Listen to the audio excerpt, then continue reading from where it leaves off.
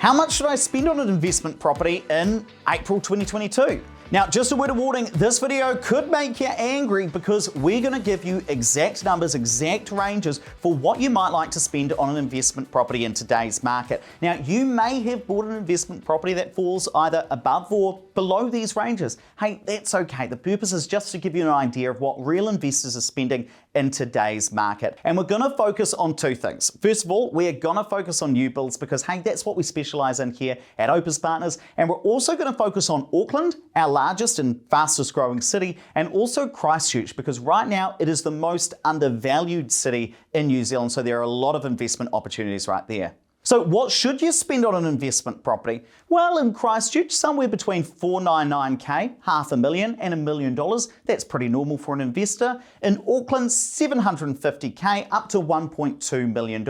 Now, I realize these are quite wide ranges right now. It's okay, we're gonna dig into more detail in a moment. Now, some people might actually say, well, especially in Auckland, it's a bit lower than what I expected, given that in Auckland City, the average price is somewhere between 1.3 to 1.4 million. So we're talking about properties priced below that range. Well, what you need to know is on average, the price of investment properties tend to be lower than the average price for all houses. Now, why might that be the case? Well, while some people can afford and will go out and spend $2 to $3 million, sometimes even more, on a property for themselves and their families to live in, no investor's doing that, simply because there's not a lot of tenants who have the money to afford to rent those sorts of properties. So on average, the price of an investment property is going to be a bit lower than the average for all houses. So let's dig now into Christchurch. What should you spend on an investment property there?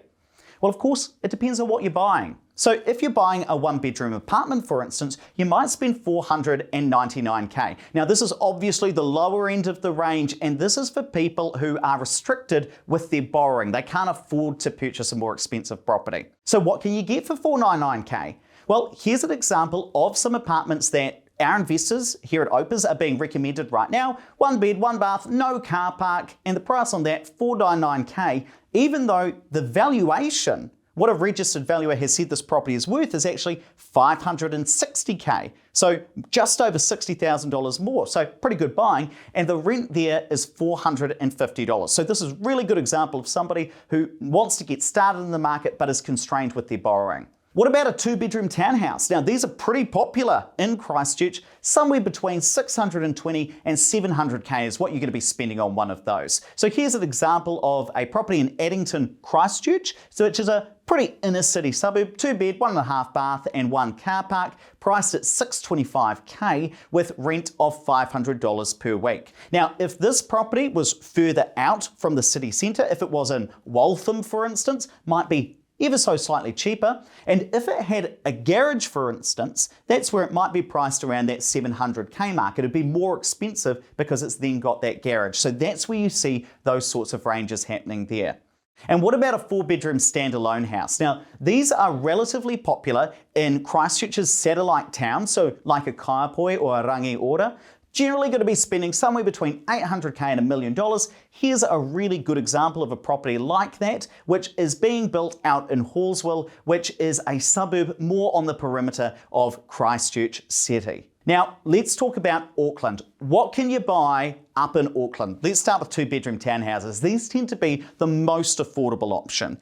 Generally, you're going to be spending somewhere between $750K and $850K. But as a word of warning, we've actually recommended, and our investors at Opes have bought properties up to $1.2 million for a 2-bedroom townhouse. Now, that was for a really premium location in a great suburb, and hence that's why they were priced at that higher amount. What about 3-bedroom townhouses? Now, these are extremely popular in Auckland, where you've got slightly larger families in some instances. You're going to be spending somewhere between $800K and $1.25 million, depending on the spec of the property and also primarily its location. So let's talk about the lower end of that range. Well, here's a property that's being built out in Glen. That's in West Auckland. 3-bed, 1.5 bath, 1 car park. What's it being offered to investors for? $859K, and it's renting out for $700 per week.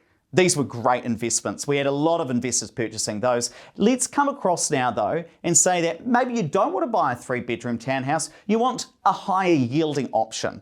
Well, a lot of investors who are looking for yield decide to purchase dual key apartments. That's where you've got 2 apartments on the same title and they produce a really good yield.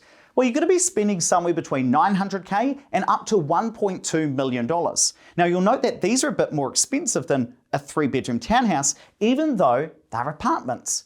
Well, that's usually because a dual key is going to be built in a really good location like Ellerslie, Newmarket, perhaps even Parnell, those really inner city suburbs in Auckland, because that's where there's a lot of rental demand for these sorts of apartments. So what should you spend on an investment property? Look, somewhere between $499K, $500,000, and up to $1.25 million. Now, I realize that's quite a range, but it also just depends on, well, what are you going to buy within that? And the key thing is to pick something that's going to work for you. Now, what you do need to know though is prices and everything.